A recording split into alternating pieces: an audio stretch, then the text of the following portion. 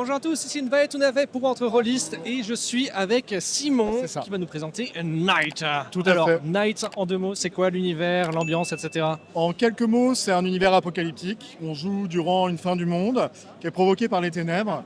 Et alors que le monde est en train de se casser la gueule, tout simplement, vraiment de tomber, à cause des ténèbres et de ce qu'on va appeler nous l'anathème, on a vraiment des gens qui essaient de survivre. On va avoir des rebuts, des parias qui vont survivre en dehors. Et on va avoir des chevaliers qui vont arriver, qui vont être soutenus par des immortels. Donc qui sont des espèces de personnages super riches, ils construisent des grandes villes. Et nous, on va jouer des chevaliers qui sont réunis autour de la légende arthurienne pour retrouver le Graal, c'est-à-dire la lumière pour tous les peuples. Et du coup, ces personnages-là, ils vont essayer de sauver le monde. C'est rien moins que ça. Sauf qu'évidemment, il y a plein de questions qui vont se poser. C'est de grands pouvoirs impliquent de grandes responsabilités. Et puis aussi, ils vont découvrir au fur et à mesure du jeu que, évidemment, rien n'est tout blanc. Comment une organisation paramilitaire comme ça peut se construire, pourquoi les ténèbres sont arrivées sur Terre, qui sont réellement les immortels, il y a énormément de questions. Et nous, Night, c'est vraiment un jeu qui paraît être un jeu un peu de brut au départ, c'est un jeu d'action, ça paraît être un jeu d'action, mais en fait c'est un jeu avec beaucoup d'intrigues et beaucoup de secrets. Et quand on fait des jeux avec Colin, on essaie toujours de mettre tous les secrets du jeu dedans. On ne veut pas que l'OMJ soit dépossédé des secrets. Ok. Et du coup, on met vraiment le maximum de contenu pour l'OMJ à l'intérieur. Comme ça, si tu as un MJ qui aime un peu improviser, tu as la capacité de le faire sans acheter les bouquins à côté. De là, tu as juste le bouquin de base te suffit. Ok. Voilà. Parce que là, tu parles de Knight, de chevalier, mais là on parle pas de chevalier avec des armures de plate et des épées. Non, parce que d'ailleurs les illustrations sont super classe avec ce mix un peu de technologie plus armure un petit peu.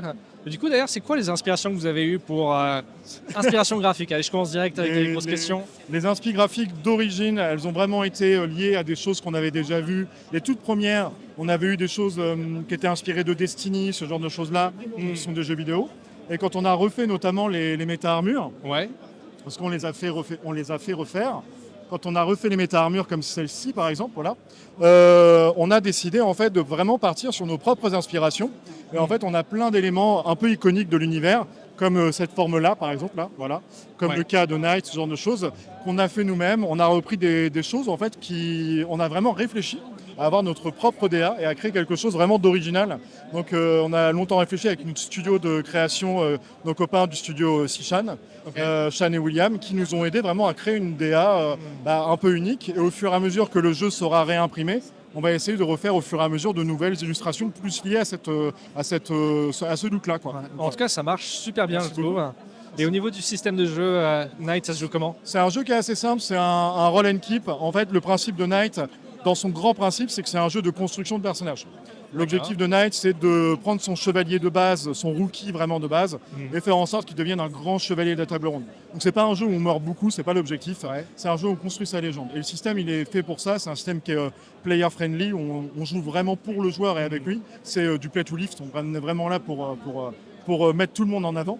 Et l'objectif, c'est vraiment dans le système d'avoir ce côté simple. Par exemple, si tu veux faire un jet de tir, je vais te dire, ok, tu vas faire un jet base tir. Tu vas prendre en nombre de dés ton score de tir, imaginons 4, donc tu auras 4 dés dans la main. Des 6 Des D6, des D20, peu importe. L'idéal, c'est de jouer au D6 quand même, parce que les dégâts se lancent au D6. Donc tu pourras jouer avec des pièces, tu as une chance sur 2 sur les dés de réussir. Et tu vas ensuite, toi, choisir la caractéristique de ton personnage que tu vas utiliser en combo. Mais c'est toi qui choisis en m'expliquant ce que tu fais.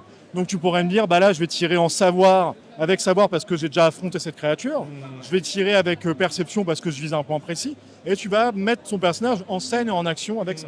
Et ensuite, une fois que tu as choisi cette caractéristique-là, tu vas additionner du coup le nombre de dés des deux caractéristiques. Tu vas prendre l'ensemble, tu vas lancer. Tu vas compter les résultats pairs, ça te donne des réussites. Si tu dépasses un seuil de difficulté, tu as réussi. Pas plus compliqué que ça. Et ce qui est agréable, c'est que tu peux vraiment décrire tes actions, composer ce que tu fais. Si tu as un MJ qui aime bien un peu décrire les scènes, tu peux permettre au MJ de décrire un peu comment tu agis et c'est assez cool pour les joueurs. Ok, cool.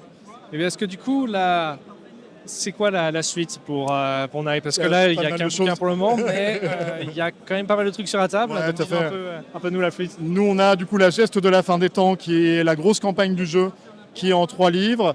On a des suppléments, on a 2038 Nodashi, Codex et Bestiaire. On a la garde. On a donc la garde qui est un micro-supplément avec plein de petites missions. On a un deck d'arsenal, on a les cartes de tarot. On va avoir des dés qui vont revenir. Et en vrai supplément, cette fois-ci, qui vont ressortir, qui ne sont pas encore sortis, on a du coup la boîte de découverte. On va vraiment avoir un mini-scénario, enfin une mini-campagne en 6 scénarios, avec un système de jeu allégé, des standees, enfin des petits pions, des cartes, etc. pour faire en sorte que les gens découvrent le jeu. Et puis avoir des séances de parties de 2-3 heures grand max, avec tout qui va être prévu, des personnages pré-tirés, etc. On va avoir Spectre, donc, qui est une préquelle à Night, qui se passe à la création du Night, comment l'organisation s'est créée, qui est beaucoup moins gay que Night. C'est beaucoup moins... Déjà, Night, c'est pas bonne ambiance, là, c'est encore plus... c'est dur. Et on a Paria qui est dans l'univers de Night, mais on joue pas de chevaliers. On joue des rebuts, des gens qui ne sont pas dans les arches et qui essaient de survivre en dehors. Et du coup, le principe, là, dans Paria, c'est vraiment de faire survivre la communauté et pas son personnage. Voilà. C'est assez différent. Ouais, c'est marrant, c'est différentes échelles un petit peu de pouvoir, mais... Est-ce qu'il y aurait une échelle encore plus haute d'avoir des Mecha Knights On spoil rien. Quelque chose, on dit rien. On dit rien. S'il y a, moi, je suis intéressé. Hein. On dit rien. On dira rien. On ne dira rien. Okay. Parce que, ouais, d'ailleurs, c'est marrant parce que ce côté de médiéval, fantastique, futuristique, c'est quelque chose que je verrais bien dans un animé ou un truc comme ça, mais pourtant, il n'y a pas tant que ça d'inspiration animée. Moi, c'est Colline moins. Elle n'aime pas trop quand je dis ça, mais c'est rigolo. Moi, une de mes grandes inspirations pour le jeu, c'est les Chevaliers du Zodiaque. En fait. et ça se ressent même dans le jeu lui-même, le fait que les personnages en prennent souvent plein la gueule et réussissent à résister et à survivre. On a vraiment ce côté-là, Chevalier du Zodiaque, c'est l'objectif. C'est même les méta-armures, quand elles se matérialisent autour de toi. On t'a pas ton sac à dos non plus, mais tu vois, elles peuvent apparaître autour de toi, ce genre de choses-là. Et on a vraiment ce côté, cette grosse inspiration Chevalier du Zodiaque. Et après, évidemment, il y a la légende arthurienne, mais il y a une tonne d'inspiration, c'est colossal. En vrai, Night, il y a du Blame dedans, il y a évidemment les romans sur le roi Arthur, il y a du Dread aussi, du juge Dread beaucoup pour les blocs, les grandes cités. Enfin, il y a tellement d'inspiration. C'est tellement avec Colline un agrégat de tout ce qui nous a inspiré, de tout ce qu'on a aimé, qu'en fait ça a donné cette tambouille, un peu cette chose qui fonctionne, mais on ne sait pas trop comment en fait. C'est vraiment un tas de sources d'inspiration qui est colossal. Donc voilà.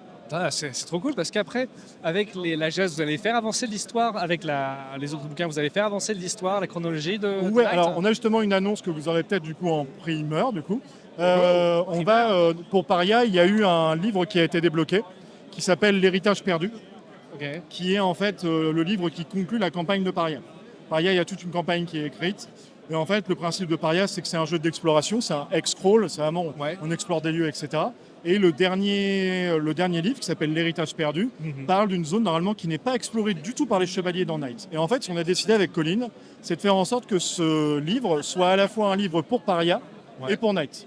Donc il y aura une campagne de Night dedans, une micro-campagne en 5 scénarios, je crois, et 6 scénarios. Et il y aura la campagne pour Paria, mais elle sera parfaitement jouable par des chevaliers et peut constituer du coup une fin alternative à la geste de la fin des temps, si les MJ ont envie de la refaire. Ou si un joueur a envie de faire jouer son MJ. Ça peut être rigolo aussi. Donc voilà. Et on voulait proposer ça aussi aux joueurs de Night, de leur dire, il y a quand même quelque chose qui se passe en même temps qui est très important dans le monde. Il faut quand même que les chevaliers, potentiellement, qui n'ont pas envie de jouer à Paria, mais qui sont intéressés par Night, puissent avoir aussi ce côté-là et de vivre ces événements-là, qui sont très importants. Donc voilà. Il y a vraiment plein de trucs à voir. Beaucoup de choses, c'est cool parce que tout ça, quand est-ce que ça arrive dans tous les supermarchés de vos coins? La boîte de découverte, ça elle est en travail actuellement. Spectre, on a déjà on a testé 2 fois la campagne. Donc voilà, là, tout va être en travail l'année prochaine.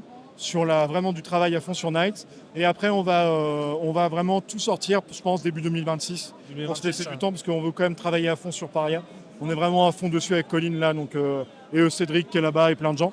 Donc voilà, on essaye on veut vraiment faire grandir l'univers. Cool. Bon, on attend tout ça avec impatience. Merci beaucoup. Et je pense qu'on va s'arrêter là, on va conclure ici. En tout cas, merci beaucoup pour toutes ces informations, c'était vraiment super cool. Donc voilà, c'était Entre Rôlistes avec Entremonde Studio Nights et à la prochaine pour d'autres vidéos. À bientôt, bye.